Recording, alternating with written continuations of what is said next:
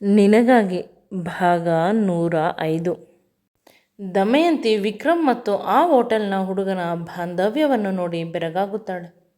ಒಂದು ಹೋಟೆಲ್ನಲ್ಲಿ ಊಟವನ್ನು ಆಸ್ಪತ್ರೆಗೆ ತಂದು ಕೊಡುವ ಹುಡುಗನ ಜೊತೆ ಇವನಿಗೆ ಇಷ್ಟು ಆತ್ಮೀಯತೆ ಇದ್ದರೆ ಅಂದರೆ ನನ್ನ ಜೊತೆ ಎಷ್ಟು ಪ್ರೀತಿ ಇರಬಾರದು. ನಾನು ತುಂಬ ಅದೃಷ್ಟ ಮಾಡಿದ್ದೇನೆ ಅಂತ ಅನಿಸುತ್ತದೆ.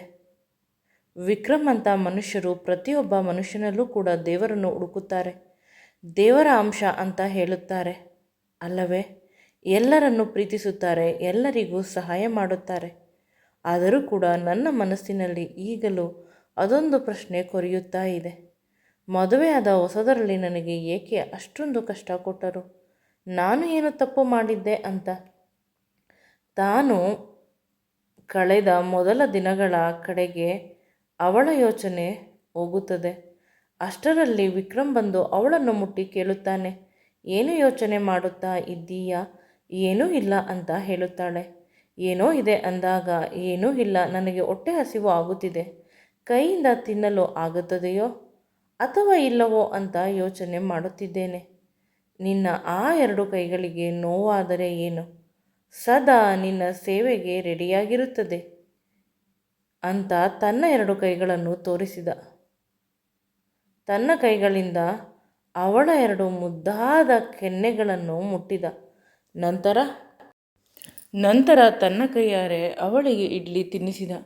ಅವಳು ಅವನಿಗೂ ಕೂಡ ಮಧ್ಯೆ ಮಧ್ಯೆ ತಿನ್ನಲು ಹೇಳುತ್ತಿದ್ದಳು.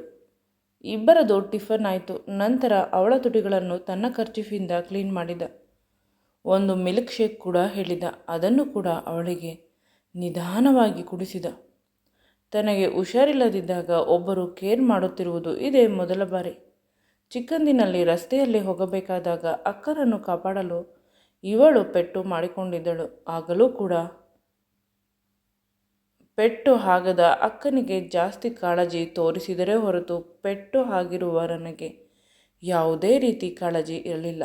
ಚಿಕ್ಕಪ್ಪ ಏನೇ ಕಾಳಜಿ ತೋರಿಸಲು ಪ್ರಯತ್ನಿಸಿದರೂ ಚಿಕ್ಕಮ್ಮ ಬಿಡುತ್ತಿರಲಿಲ್ಲ. ನನ್ನ ಬದುಕು ಒಂದು ರೀತಿ ದುಃಖದಂತೆ ಆಗಿದೆ ಮದುವೆಗಿಂತ ಮುಂಚೆ. ಈಗ ಮನೆಯಲ್ಲಿ ತುಂಬ ಜನ ಕಷ್ಟ ಕೊಡಲು ಪ್ರಯತ್ನ ಮಾಡಿದರೂ ಕೂಡ ವಿಕ್ರಮ್ ಯಾರೂ ಕೂಡ ನನಗೆ ಕಷ್ಟವನ್ನು ಕೊಡಲು ಬಿಡುವುದಿಲ್ಲ. ಅವರು ನಿಂತುಕೊಳ್ಳುತ್ತಾರೆ ನನ್ನ ಮುಂದೆ, ಅವರುಗಳ ವಿರುದ್ಧವಾಗಿ. ವಿಕ್ರಮ್ ಅಂತ ಯೋಚಿಸುತ್ತಿದ್ದಳು. ಆಗ ಅವನು ಜಾಸ್ತಿ ಯೋಚಿಸಬೇಡ, ಸ್ವಲ್ಪ ಪೆಟ್ಟಾಗಿದೆ ಅಂತ ಹೇಳಿದ್ದಾರೆ ತಲೆಯಲ್ಲಿ. ಆಗ ಅವಳು ತಲೆಯನ್ನು ಮುಟ್ಟಿಕೊಂಡಳು. ಏನೂ ತೊಂದರೆ ಆಗಿಲ್ಲವಲ್ಲ ಅಂತ ಹೇಳಿದಳು ಪೆದ್ದಾಗಿ. ಆಗ ಅವನು, ನಾನು ಏನು ಹೇಳಿದರೂ ಒಪ್ಪಿಕೊಳ್ಳುತ್ತೀಯಾ? ನಿನ್ನ ತಲೆಗೆ ಏಟಾಗಿದೆ ಅಂತ ತಮಾಷೆ ಮಾಡಿದೆ, ನೀನು ಜಾಸ್ತಿ ಯೋಚನೆ ಮಾಡುತ್ತೀಯ. ಪ್ರತಿ ಸಲ ನನಗೆ ಭಯವಾಗುತ್ತದೆ. ನಾನು ಯೋಚನೆ ಮಾಡುವುದರಲ್ಲಿ ಒಂದು ಅರ್ಥವಿದೆ. ನಿನಗೆ ಹೇಗೆ ಯೋಚನೆ? ನನ್ನಂಥ ಒಳ್ಳೆಯ ಗಂಡನನ್ನು ಪಡೆದಿದ್ದೀಯ ಅಲ್ಲವೇ? ನಾನೇ ಎಲ್ಲವನ್ನು ಮೇಂಟೈನ್ ಮಾಡುತ್ತೇನೆ. ಆರಾಮವಾಗಿ ಊಟವನ್ನು ಮಾಡಿಕೊಂಡು, ನಿದ್ರೆ ಮಾಡಿಕೊಂಡು, ಪೂಜೆ ಮಾಡಿಕೊಂಡು ಇರು. ಇನ್ನೇನು ಬೇಕು? ಅಥವಾ ಏನಾದರೂ ಕೆಲಸ ಮಾಡುತ್ತೇನೆ ಅಂದರೂ ಕೂಡ ಮಾಡು ಅಂದಾಗ ನಾನು ಹೇಗೆ ಕೆಲಸ ಮಾಡಲಿ? ನನ್ನ ಗಂಡ ಮಲ್ಟಿನ್ಯಾಷನಲ್ ಕಂಪನಿಯಲ್ಲಿ CEO, ಮತ್ತು ನನಗೆ ಕೆಲಸದ ಅವಶ್ಯಕತೆ ಇಲ್ಲ ಅಂತ ಅವಳು ಹೇಳಿದಳು. ಹೌದಾ, ನಿನ್ನ ಗಂಡ ಅಷ್ಟೊಂದು ಶ್ರೀಮಂತನ ಅಂತ ಗೇಲಿ ಮಾಡಲು ಶುರು ಮಾಡಿದ. ಹೌದು, ನಾನು ಕೈಯಲ್ಲಿ ತೋರಿಸಿದ್ದನ್ನು ಅವರು ತಲೆಯ ಮೇಲೆ ಇಟ್ಟುಕೊಂಡು ಮಾಡುತ್ತಾರೆ. ಅಷ್ಟೊಂದು ಒಳ್ಳೆಯ ಗಂಡ. ಅದಕ್ಕೆ ಒಮ್ಮೊಮ್ಮೆ ಬೇಸರವಾಗುತ್ತದೆ. ನಾನು ಏನೂ ಕೊಡುತ್ತಿಲ್ಲ ಅವನ ಪ್ರೀತಿಗೆ ಅಂತ ಹೇಳಿದಾಗ ಅವನು ಜೋರಾಗಿ ನಗುತ್ತಾನೆ. ಆಗ ಅವನು ತುಂಬ ಮೃದುವಾಗಿ ಅವಳನ್ನು ತಬ್ಬಿಕೊಳ್ಳುತ್ತಾನೆ. ಅವಳ ಮೈ ತುಂಬ ಬ್ಯಾಂಡೇಜ್ಗಳು ಇದೆ ಅಂತ ಗೊತ್ತು, ಅದಕ್ಕಾಗಿ. ನಂತರ ಅವಳು ಕೂಡ ಜೋರಾಗಿ ನಗುತ್ತಾಳೆ.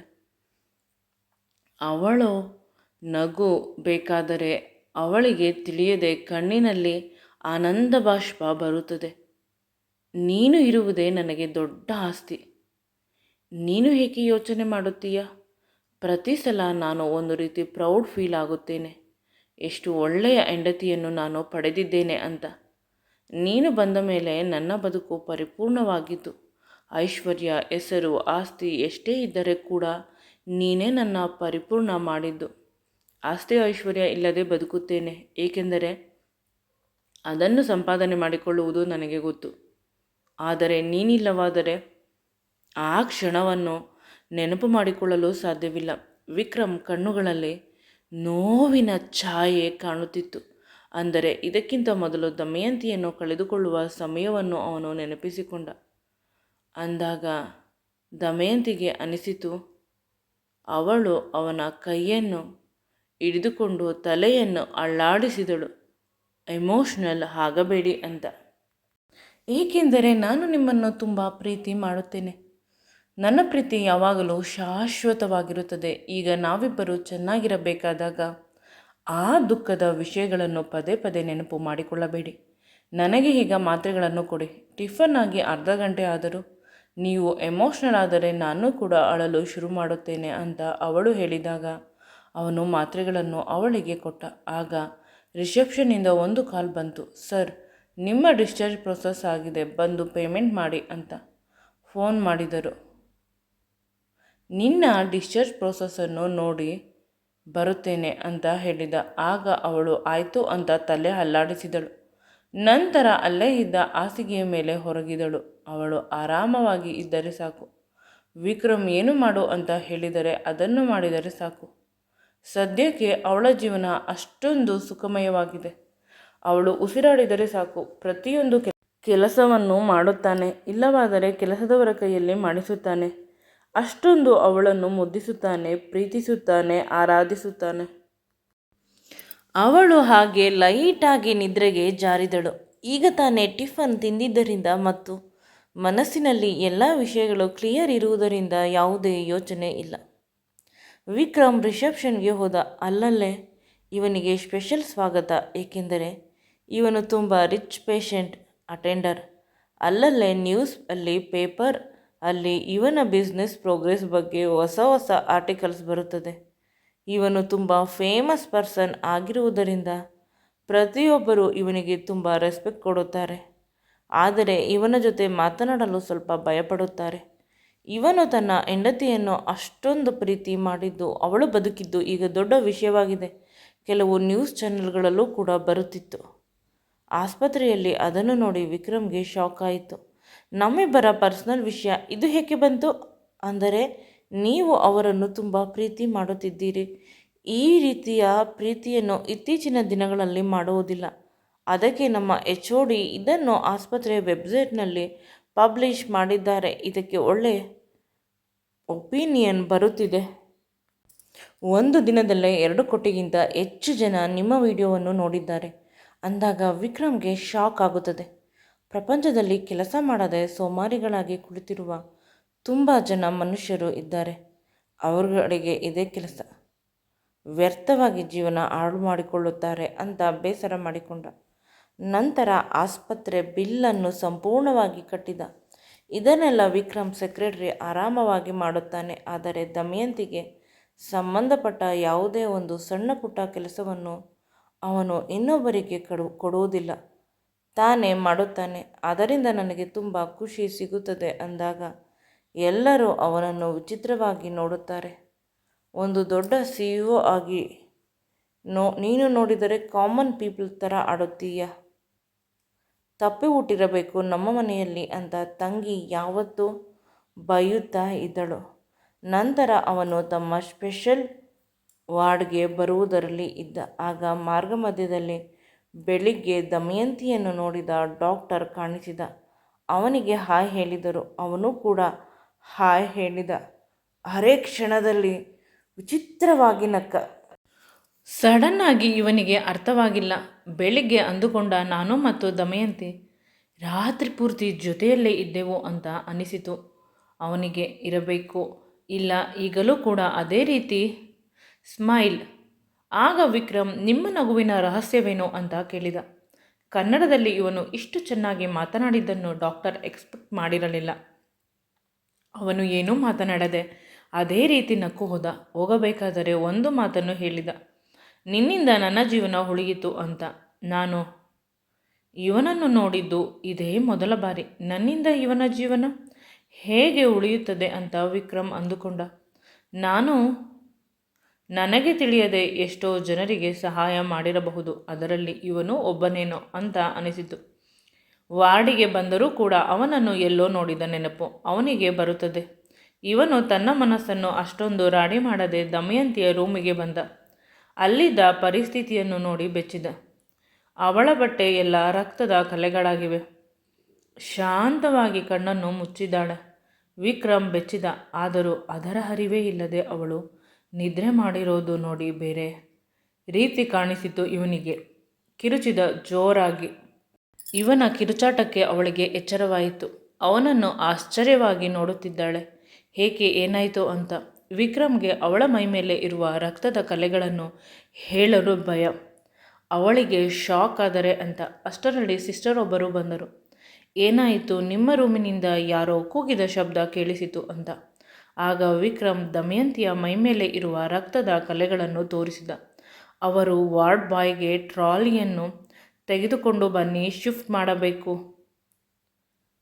ಸ್ಟಿಚಿಂಗಲ್ಲಿ ಏನಾದರೂ ಸಮಸ್ಯೆ ಇರಬೇಕು ಅಂತ ಸಿಸ್ಟರ್ ಹೇಳಿದ 2 ನಿಮಿಷದಲ್ಲಿ ಟ್ರಾಲಿ ಬಂತು. ಅದರಲ್ಲಿ ದಮಯಂತಿಯನ್ನು ಮಲಗಿಸಿಕೊಂಡು ಹೋದರು. ಅವಳು ಈಗಲೂ ಕೂಡ ಸಿಸ್ಟರ್ ನನಗೆ ಏನೂ ಆಗಿಲ್ಲ ಅಂತ ಹೇಳುತ್ತಿದ್ದಾಳೆ. ಅವಳ ಮಾತನ್ನು ಕೇಳಿಸಿಕೊಳ್ಳುವ ಪರಿಸ್ಥಿತಿಯಲ್ಲಿ ಯಾರೂ ಇಲ್ಲ. ಇದೇ ರೀತಿ ಬ್ಲಡ್ ಲಾಸ್ ಆದರೆ ಅವಳು ಶಾಕ್ಗೆ ಹೋಗುತ್ತಾಳೆ, ನಂತರ ಕೋಮಾಗೆ ಹೋಗುತ್ತಾಳೆ. ಆ ನಂತರ ಅವಳನ್ನು ಬದುಕಿಸಿಕೊಳ್ಳುವುದು ತುಂಬ ಕಷ್ಟ. ನಿನ್ನೆ ತಾನೇ ಒಂದು ದೊಡ್ಡ ಆಕ್ಸಿಡೆಂಟಿಂದ ಪಾರಾಗಿದ್ದಾಳೆ ಅಂತ ಎಲ್ಲರೂ ನೆಮ್ಮದಿಯ ಉಸಿರನ್ನು ಬಿಟ್ಟಿದ್ದೆವು. ಈಗ ನೋಡಿದರೆ ಹೊಸ ಅನಾಹುತ. ಇದು ನನ್ನಿಂದ ಇರಬಹುದಾ ಅಂತ ಅವನು ಕೆಳಗೆ ಕುಸಿದ. ಅವಳು ಪದೇ ಪದೇ ನಿನಗೆ ಒಳ್ಳೆಯದು ಮಾಡಿದರೂ ಏಕೆ ನಿನ್ನಿಂದ ಕೆಟ್ಟದ್ದೇ ಆಗುತ್ತದೆ, ಗೊತ್ತೋ ಗೊತ್ತಿಲ್ಲದೆಯೋ ಪ್ರತ್ಯಕ್ಷವಾಗಿ ಪರೋಕ್ಷವಾಗಿ ಕೆಟ್ಟದ್ದೇ ಆಗುತ್ತದೆ ಅಂತ ಇವನು ಯೋಚಿಸುತ್ತಾನೆ. ಅತ್ತ ಅವಳನ್ನು ಆಪರೇಷನ್ ಥಿಯೇಟರ್ಗೆ ಕರೆದುಕೊಂಡು ಹೋಗುತ್ತಾರೆ. ಅವಳ ಹೊಟ್ಟೆಯ ಭಾಗದಲ್ಲಿ ಇರುವ ಡ್ರೆಸ್ಸಿಂಗ್ ಎಲ್ಲ ಸಂಪೂರ್ಣವಾಗಿ ಲೂಸ್ ಆಗಿದೆ. ಇವಳು ಜಾಸ್ತಿ ಮೂವ್ಮೆಂಟ್ ಮಾಡಿರುತ್ತಾಳೆ, ಅದಕ್ಕೆ ಈ ರೀತಿ ಅಂತ ಡಾಕ್ಟರ್ ಹೇಳುತ್ತಾರೆ. ನಂತರ ಅದನ್ನೆಲ್ಲ ತೆಗೆದು ಹೊಸದಾಗಿ ಡ್ರೆಸ್ಸಿಂಗ್ ಮಾಡುತ್ತಾರೆ. ತುಂಬ ಟೈಟಾಗಿ